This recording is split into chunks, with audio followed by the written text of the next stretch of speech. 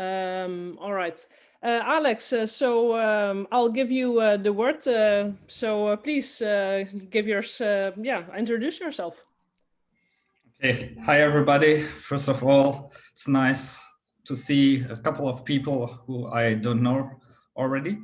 So, yeah, what can I say? I finished my career last year with an injury, but before that, I was full-time player from 2016 to 2019, and before that, I studied, worked at the university, and before this, I kept playing during my school. So I would call my career like going step by step and learn a little bit, and decided to go professional after my study.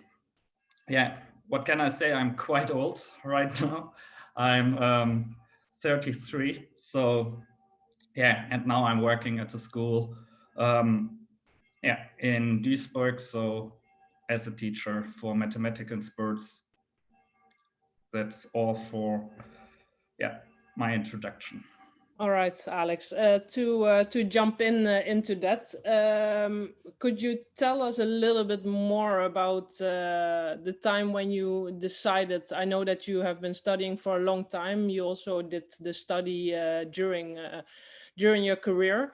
Can you tell us a little bit more about your daily plan? You know, how was your week looking? How did you divide school, the study, and everything, and your training sessions in between? Can you give us a little bit an insight on that? Yeah, of course.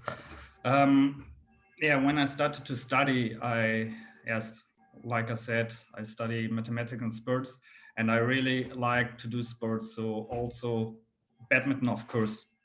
And first of all, it was like when I had practice, I really tried to go to university, but in practice was also my main target. So I really look in the schedule and said, okay, where can I go to university without affecting my practice?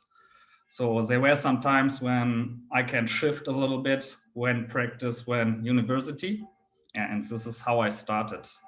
And at the end of my studies, of course, when I shifted some, let's say, courses and they were at the same time at practice, when I really had to go there, then I go there and ask coaches if I can do it later on, like gym or whatever.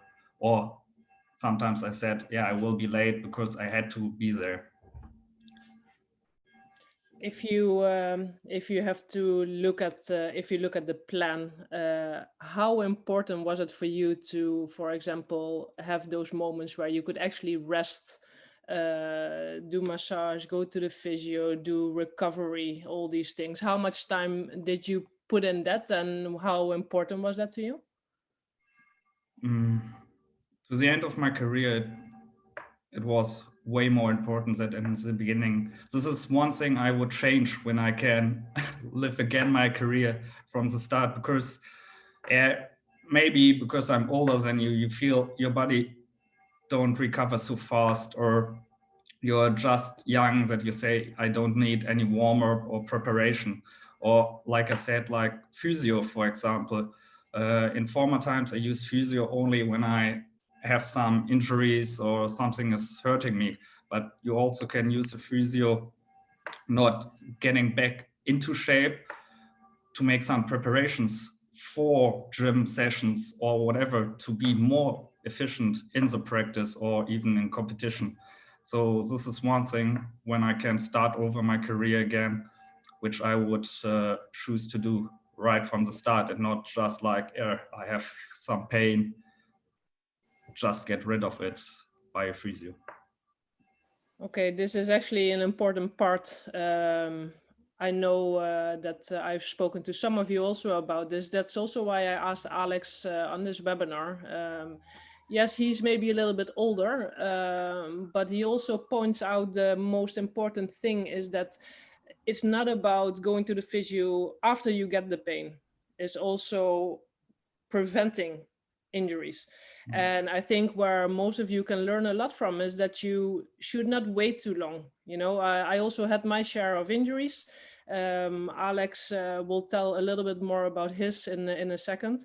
But for you, it's really about listening to the body, also preventing, doing exercises where you can prevent injuries also, you know, and don't be afraid to go to the physio. It's not like, oh, well, I don't feel anything now, so it's probably not necessary. You know, really jump into the chance and take care of the body. The more you will start to practice, yeah, the more important it gets. And I think Alex was right to the point. And if I'm looking at some of the older players here on the screen, they will probably say, oh yeah, I recognize that I'm not 18 anymore. So yeah, I need a little bit more time. I can see Martina smiling already and Mate is smiling. I can see a few of the faces. So, so yeah, this is also an important point. Alex, can you give us a little bit insight on what happened at the end of your career? That was exactly not so long time ago, but can you walk us a little bit through it? What do you mean exactly when I injured at the European Games or the time before as well? A little bit the time before. Let's take the year before where you actually were full-time. You were the best man singles in Germany, and you were in the race for Tokyo Olympics. Yeah, like I said, it started way back in 2016 when I became professional. Then I don't know if you know it, I go to New Zealand and play a couple of tournaments, and which gives my world ranking kind of a boost. Of course, I performed quite well there. Then I won in 2017 the Irish Open, which again boosts my level. And at 2018, I was quite good in shape at the end of the year, which meant like a couple of quarterfinals in it was a normal Grand Prix level, I would say. And yeah, then I feel a little bit like my body is not recovering so well. So I had heavy legs and feeling that when I do multi-shuttle, that I don't get so fit quite after multi-shuttle. And then we had some, let's say, competition with the German national team. It was qualifier, and I had to play it, and I felt terrible, but the physios did quite a good job to get me on the court. But afterwards, I felt less good, and I go to the doctor, and I had a little problem with my left leg, and yeah, it was a little pity because I had really to take care of my body, like special preparations off court and on court before exercises to get my body going. Yeah, and nevertheless, I managed to qualify for the European Games, which was a great achievement, to be honest, because it's a quite big tournament. And when I look back on my career, I didn't have that great opportunities to play the big ones because, yeah, maybe you know all of the great players like Max Zwiebler and Dieter, they were quite my age and a lot better than me, so I didn't have the opportunity to play these games. So I was very honored to play the European Championship, and yeah, in the second game of it, my kneecap was going out, so it was quite a hard time for me on court then, because the kneecap got out, and yeah, it was a really ugly injury, which forced me to retire. I'll quickly jump in. I can remember watching you. I was also there as a coach, and I was watching you on TV, and you made a movement, and I knew that something was wrong. And yeah, before I knew it, I was visiting you in your room. You on crutches, big knee, and us speculating what it might mean for your career. And I think especially, you know, when you're older and something like that, something big happens, of course, the first thing that comes to mind is this might be the end. That's also a little bit where I wanted to go with you. How tough was it for you to then actually say, you know what, this is not gonna happen? Tokyo, of course, was the big goal. It was definitely in reach. You were number one in Germany. Things were looking very, very good, and due to let's say one bad movement, yeah, that made you make a big decision for the rest of your career. How did you manage to do that? How did you handle that? Because I'm guessing that is really hard to do. Yeah, first of all, when I said my kneecap was going out, the cartilage right under the kneecap also get ripped off. This makes the injury a little bit more complicated, or what means a little bit fairly more painful. And yeah, of course, I was a little bit lucky, to be honest, to injure myself at a competition like this, because I don't know how in your country how it is with tournaments, because normally on a small tournament you're on your own, and because it was European Championship, we have a team doctor, so I got there, so he had the same problem, so he really knows the injury and how I felt. And yeah, he was very honest with me, because in the night it was very hard for me to accept. He said, yeah, it will take way over 1 year to be, yeah, let's say, able to play again, not on a competition level, just to play again.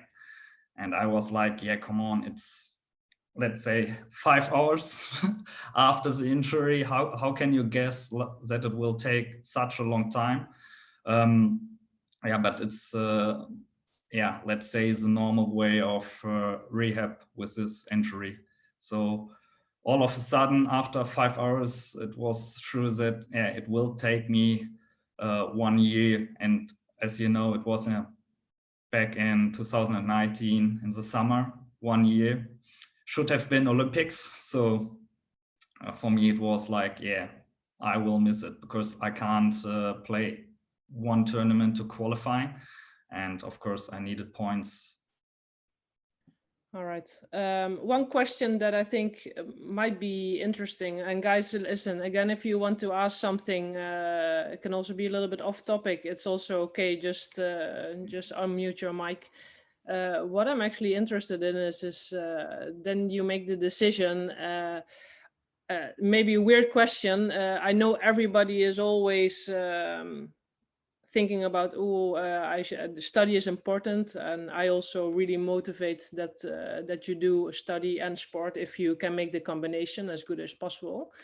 Some are very good in just doing sports, but to have that kind of injury, were you then, maybe a weird thought, but were you then not happy that you finished at least your degree and that you were able to actually jump at the chance to start a different career, of course totally different direction, but at least you had something, you know? There's so many that don't have anything.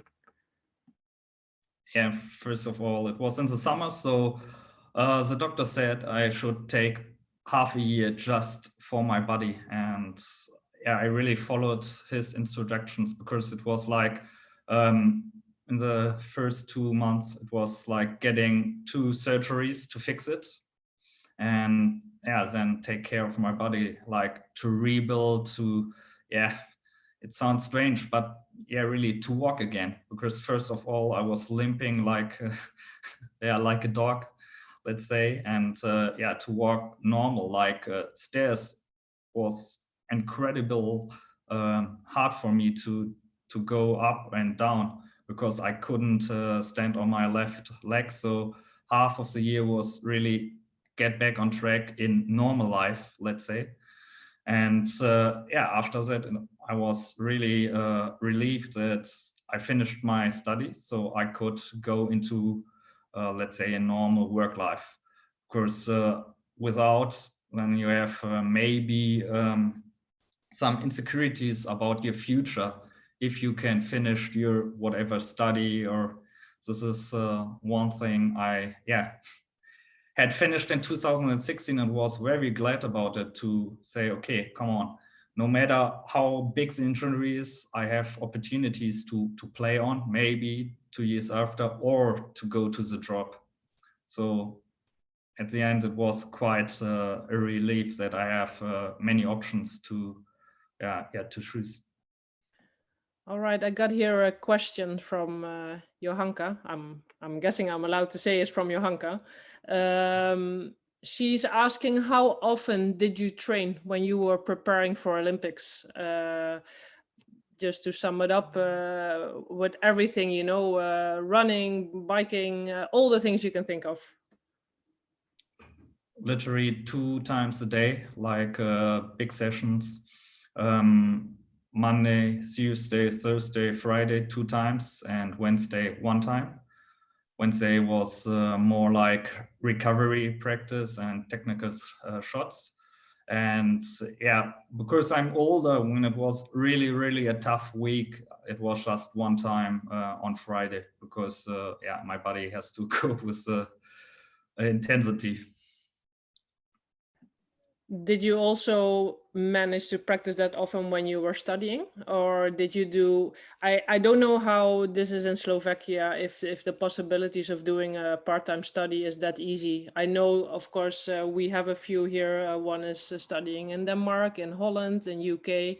So we have a few here and there in different countries, but were you able to do it part-time, or did you then just choose to only practice once a day in that period of time where you were still full-time in school?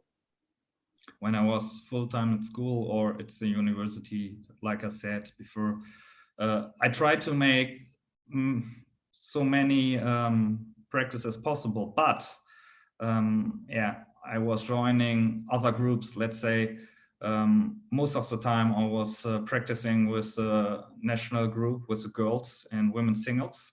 But when there were a lesson in university and I had to go there, then I switched also to ladies doubles, or I practiced with the juniors, just to get decent or good amount of practices.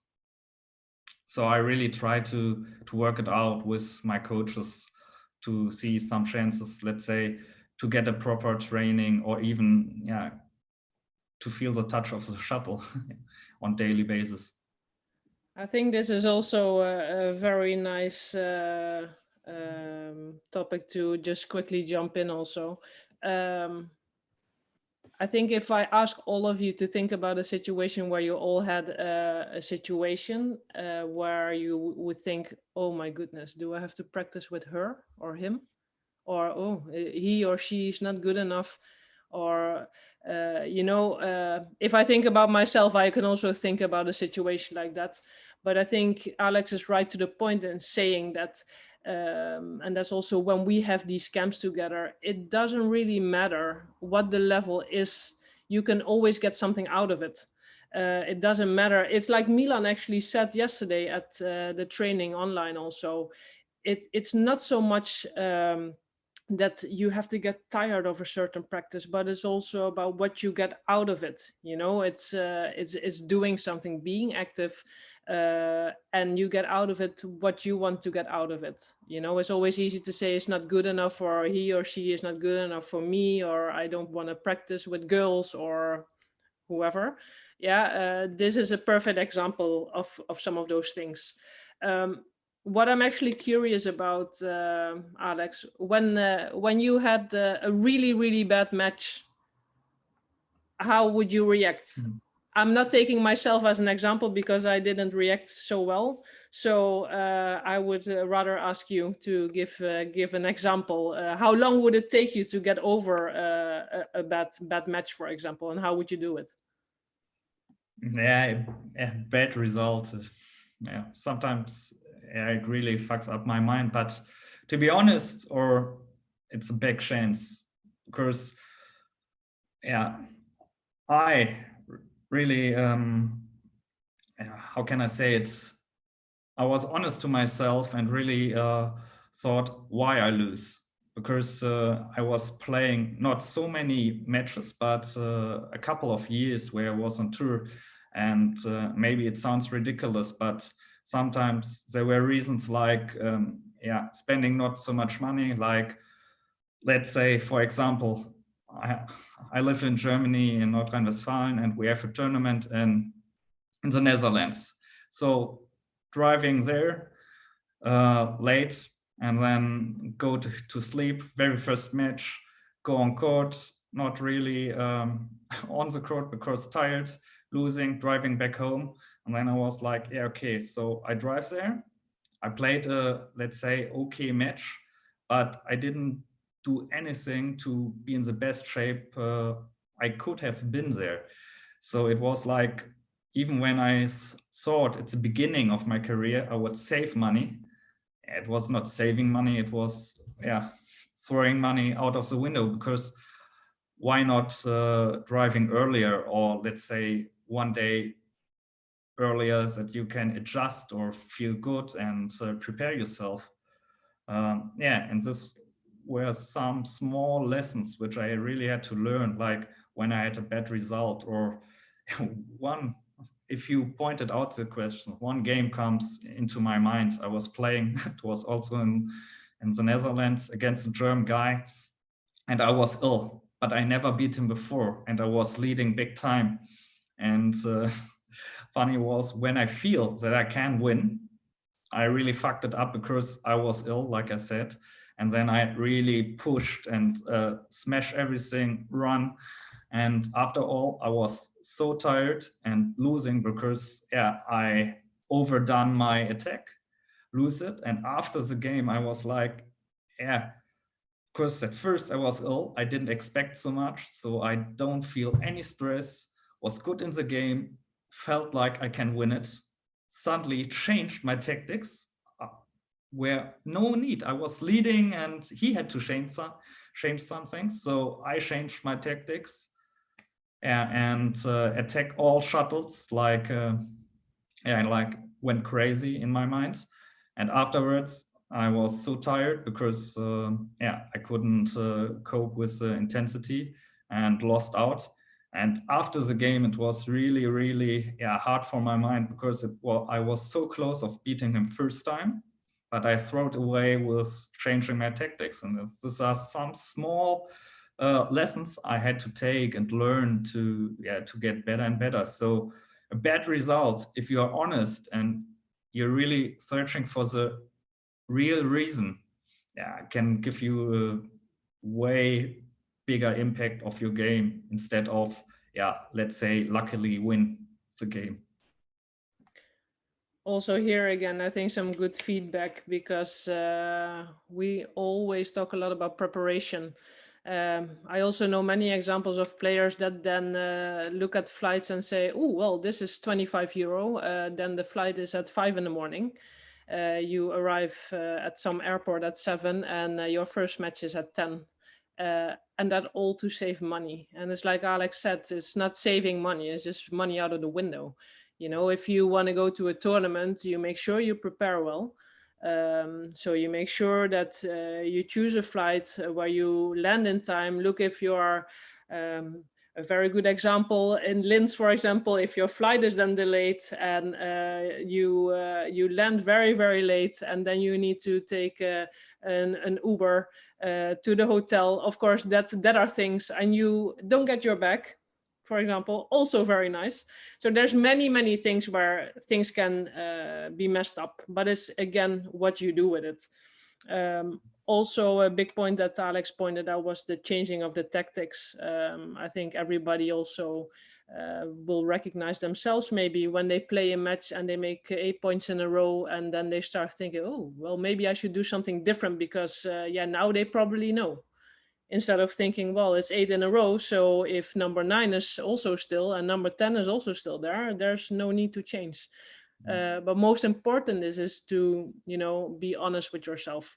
Be honest with yourself, how you play, if you have also done everything you can, if you're sick, if you have a small injury, then also be realistic to yourself and don't put the expectations too high on that point of view. Okay, Alex, I'm gonna put you a little bit on the spot. What were your strengths and what were your weaknesses, if you have to point that out?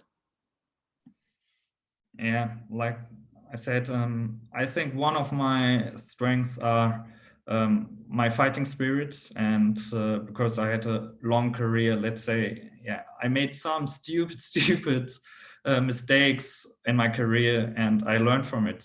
I would say this is also a strength of mine, which leads into I was reading the game quite well because at the start I didn't had so much coaches behind my back, so I had to analyze the game by myself, which yeah, at the end of my career is also yeah, an advantage, because when I was discussing my tactics with my coach, finally I can ask him, would you do it this way or that way, and we had good arguments, and yeah, I really understand what he wants from me instead of he's telling me why.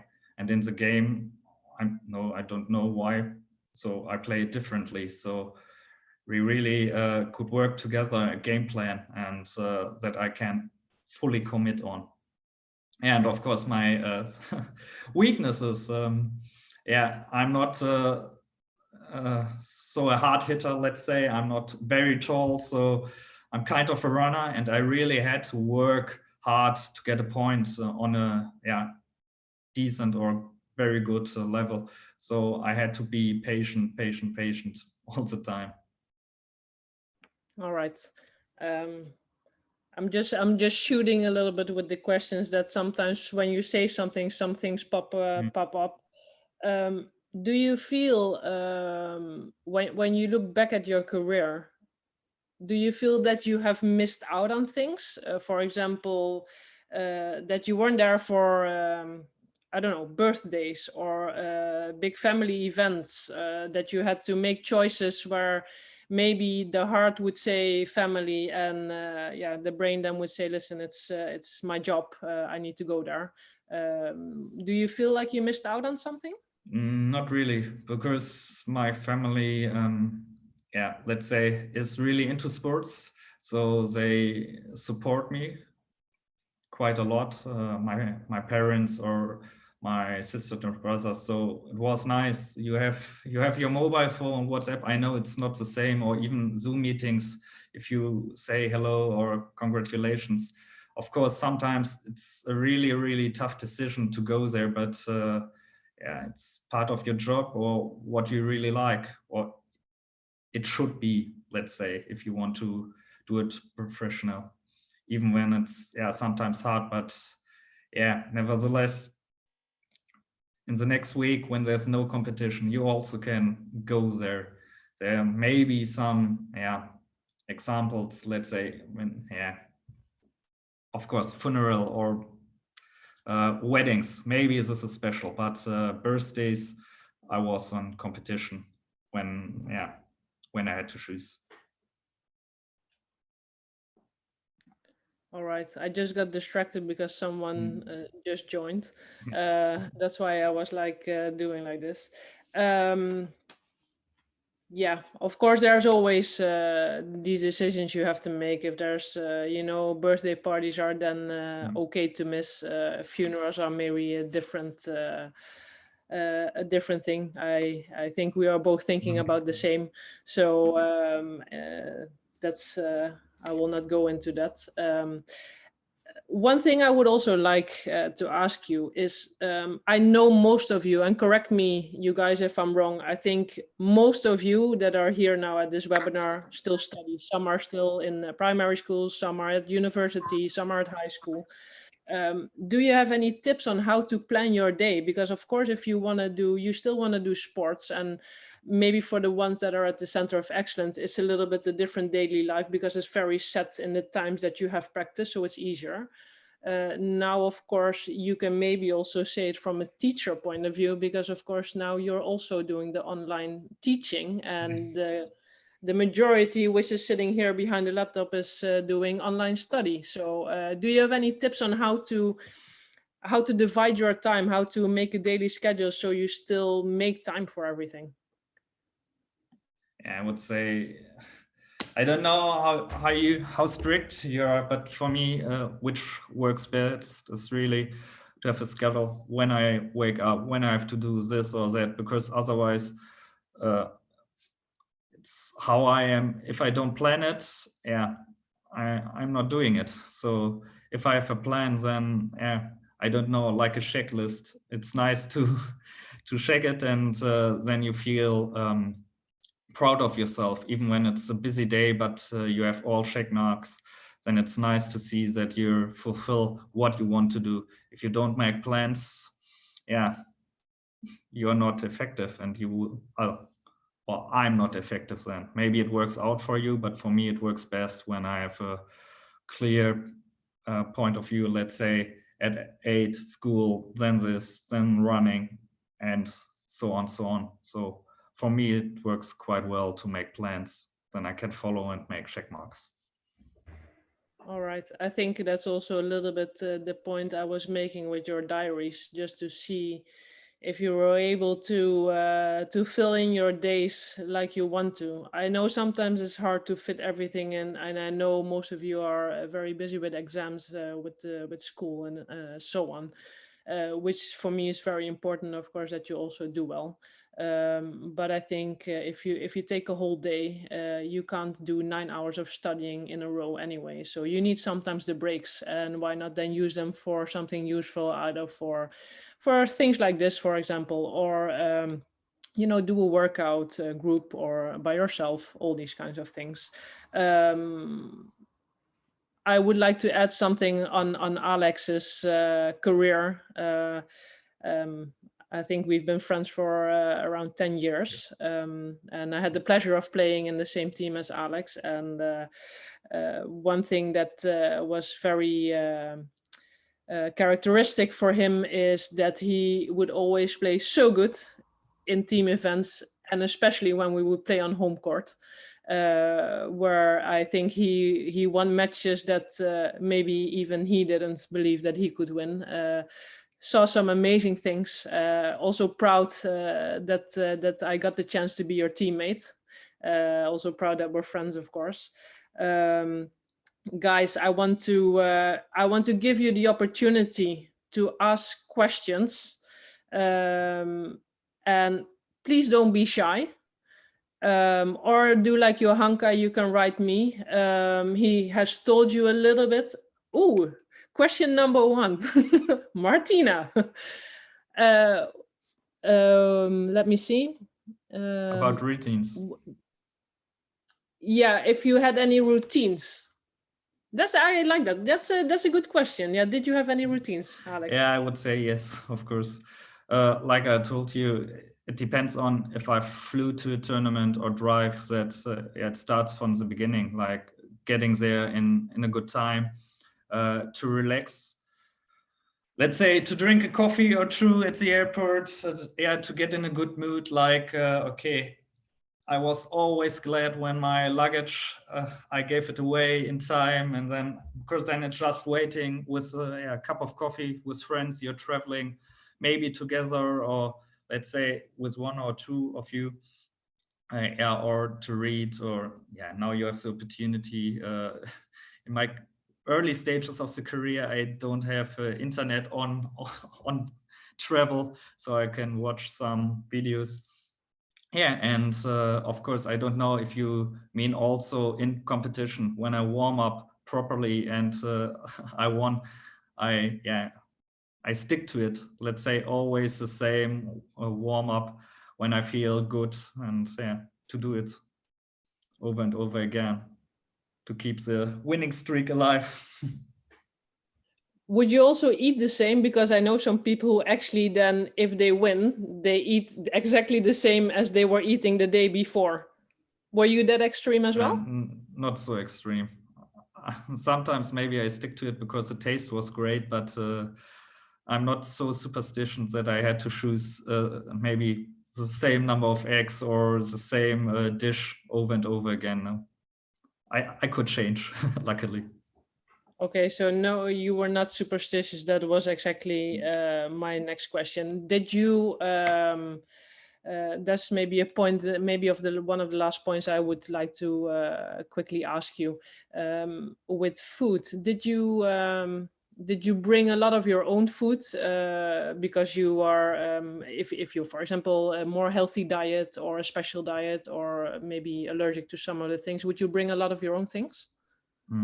At first in my career, no. At the end, yeah, just a little bit like preparing, because like I said, if you travel a tournaments first time, you don't know where to go, where to buy these things, where to get these things. So if I enter a tournament in a complete different country or where I don't know the surrounding, yeah, I took the stuff with me, even when it was, let's say, I have to book another luggage bag, or then of course I spoke to the other guys to share, to split the costs, because I think it's very important that you feel comfortable there, because I don't know, even when you arrive late, yeah, should I drink this or should I drink this?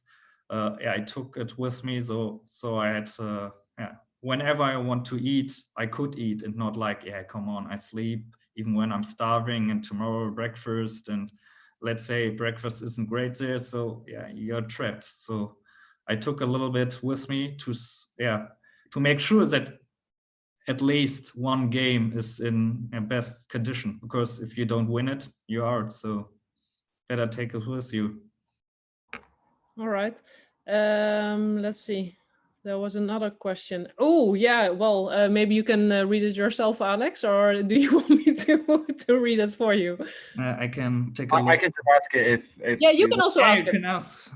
right. So if anything happens that is not up, that is not to your plan, like whatever the transport before your match arrives like 1 hour late, or you don't get the proper food at the hotel, or anything just happens unexpectedly that you're not prepared for, how would you cope, and how would you get back to your routines, or how would you cope with not being able to get back to your routines?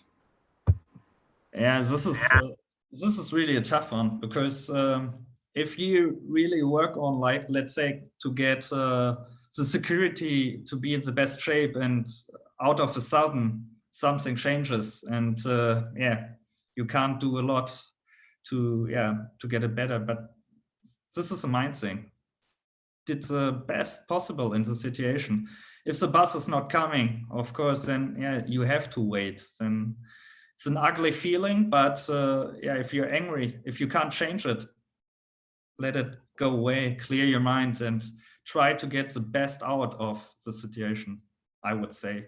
Of course, sometimes it's easier because you're more relaxed. Sometimes it's harder, but like I said, if you're in a good time, let's say you flew there, it's yeah, noon, then yeah, you're a little bit late, then it's quite early in the evening. But if you are in the evening and then you miss out the bus, yeah, then it's night. So if you travel in a okay time, then you have a little bit, let's say, space for things like this. You miss something, of course it doesn't feel good, but then yeah, you can cope with it a little bit better.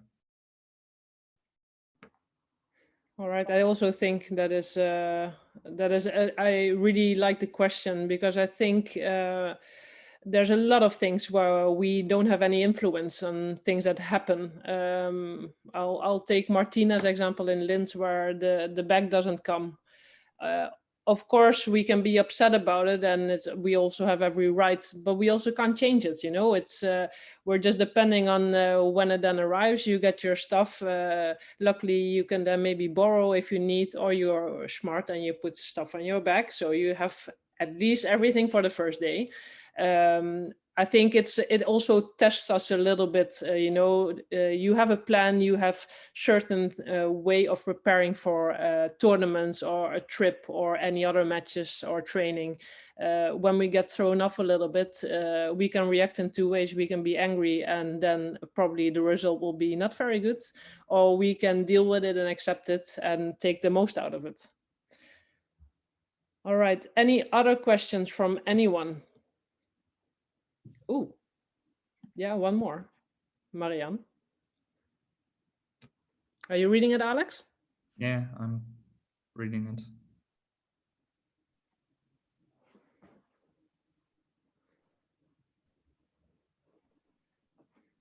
Yeah, it depends. If everything is going wrong, then it's a little bit easier because then it turns around, because then I keep smiling, because, you know, if really, really everything is against you, yeah, what can you do? The best possible thing is to say, okay, I don't expect so much today because it's not the day. Let's say you broke a lot of strings, I don't know, unlucky line calls, bad umpiring, and so on, so on, so on. When you can say, okay, when it's really bad luck, all the bad luck in the world in one game, the next game will be better. And maybe if you have the opportunity to win, you can be proud of it. When I struggle more when it's, let's say, on and off, like a little bit bad, a little bit good, a little bit bad, then it's really hard, because yeah, am I in a good form or bad form? Should I go for the shot or should I not go for the shot? Then I'm struggling more if it's quite obvious that it's not the best day, that I miss always the lines, because then I can say, okay, today I have no feeling for the length. Then I had to play security. Then it's like it is. And I had to cope with it, that I can't go to the sidelines, that I have to run way more because I'm just playing into the middle, that I had to adapt to the circumstances. So what I'm saying is like, for me, it was easier when it was quite clear what I have to do, what I can't do, instead of when it's, yeah, sometimes working out, sometimes not, because then I'm used to try it again and maybe yeah, to lose a point again.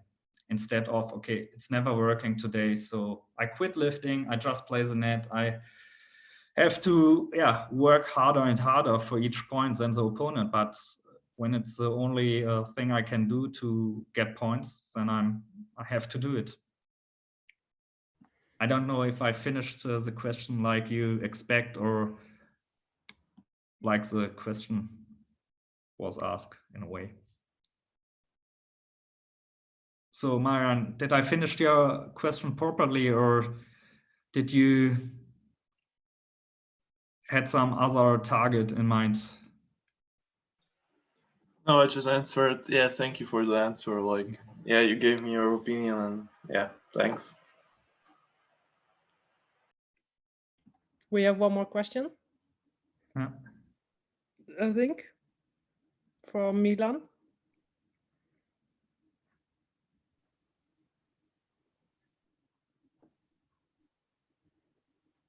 I think it's a good question, because I would say it's good to know if you're performing well or not well, but the thing is how to cope with it. If you're performing well, it's quite good, because then you get self-esteem, you can play all the shots you want, then you really can focus of what you want to do.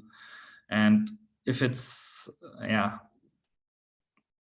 I don't know the reason, but let's say you can't lift in the hall because it's so windy or you don't have the touch. Of course, it's hard if you thought every shot when you're lifting, like, is it too long? Is it out? Is it you miss the sidelines or whatever? If you think about it all the time, of course, then it's counterproductive. But if you know it, then you can change it and adapt.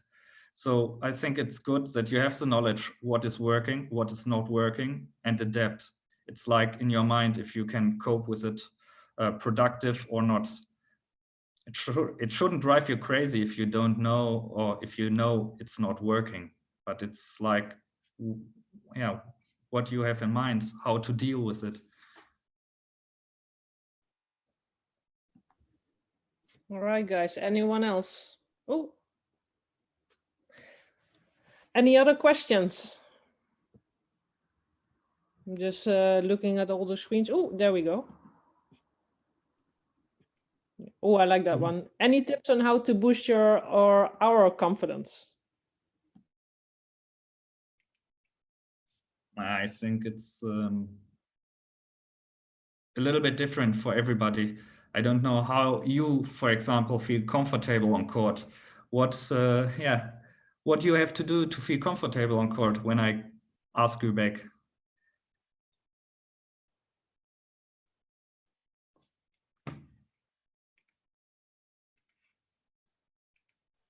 Martina. Is that a question to me or? Yeah. Ah, okay. What is it to make me feel good on court, you mean? Yeah.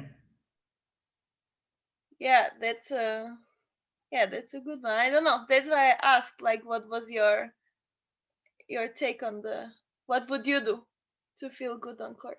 Yeah, for me, it's like really to have a very good warm-up. And former times I didn't stick to the warm-up so well, but then I was always a slow starter, and sometimes you lose because of a slow start, or you didn't get even into the game and it's over. So I make a very proper warm-up that I'm able to, let's say, take a really, really deep lunge in the very first rally, that I'm a little bit sweating already, that I feel like, okay, if I have to battle 100%, it's the first rally that I can do it. And of course, I don't know if it's for you the same. If you sweat, if you have a proper warm-up, your stress goes down because you feel well prepared. And this is why I ask you, like, if I feel well prepared, my stress level goes down. When I'm at time in the hall, for me, it was always like being 1 hour early, because then I can sit in the hall, chat a little bit, calm down, relax, and half an hour before my matches, I can make my shoes, put on a shirt, and go to the warm-up. And with tournament software, I can see, like, should I speed up, like it could be in the next 5 to 10 minutes, or are they playing a decider, that I'm in okay time and relaxed to go on court. Yeah. So for me, it's all about feeling comfortable and getting in court in the shape I want to be. Yeah, thank you. That's a good answer. Yeah, you're welcome. Also, guys, take from this the sweating before you go on court. Yeah, that's not only for matches, that's also for training. Yeah, but maybe even more important, like Martina's question was also about, having certain routines. How are you comfortable with what kind of warm-up? That can be certain exercises you feel good with on court, or when you're doing that warm-up, fast feet, all these kinds of things. Yeah, making your own routines. Alex already mentioned it. Everybody's very, very different. But the point of the matter is that many of you, when you go on court, you're not ready. That can be for matches, yeah, but that can also mean for training. You know, it's not like we train. Maybe when we're 12, then we can put on our shoes and we go on court, and it's like everything is very smooth and it goes. Well, if I put my shoes on now and I go on court, then I'll probably break everything. So, it's really doing that preparation, but really finding your own ways. Yeah, I think that is very, very important. All right, guys, any other questions for Alex at the moment? I'm just quickly looking. No. All right. All right, guys, then I'll wrap up the session. First of all, a big thank you to you, Alex, for taking the time to talk to everyone. So big thank you from my side, and I think I speak for the whole group in this sense. Very educational. I think it was very cool to hear things about the combination of study, routines, all these kinds of things, how to deal in certain situations. I hope everyone also enjoyed, at least I did. Yeah. If you guys have any other questions you want to ask Alex, feel free. Yeah. If not, then like I said, thank you from my side. Thank you all for your time. Hope you enjoyed. And like I said before, if you have questions to ask, you can maybe also write him an email. He's in the copy of the invitation of this webinar. So then hopefully he will find some time to answer your questions if you have any. Yeah. All right, guys. Thank you all very, very much. Yeah, you guys have a really nice evening. Thanks for your time, and I hope to see you all soon. Thanks again, Alex. Thank you so much. Thank you. Thank you. Thank you. Much. Thank you. Thank you.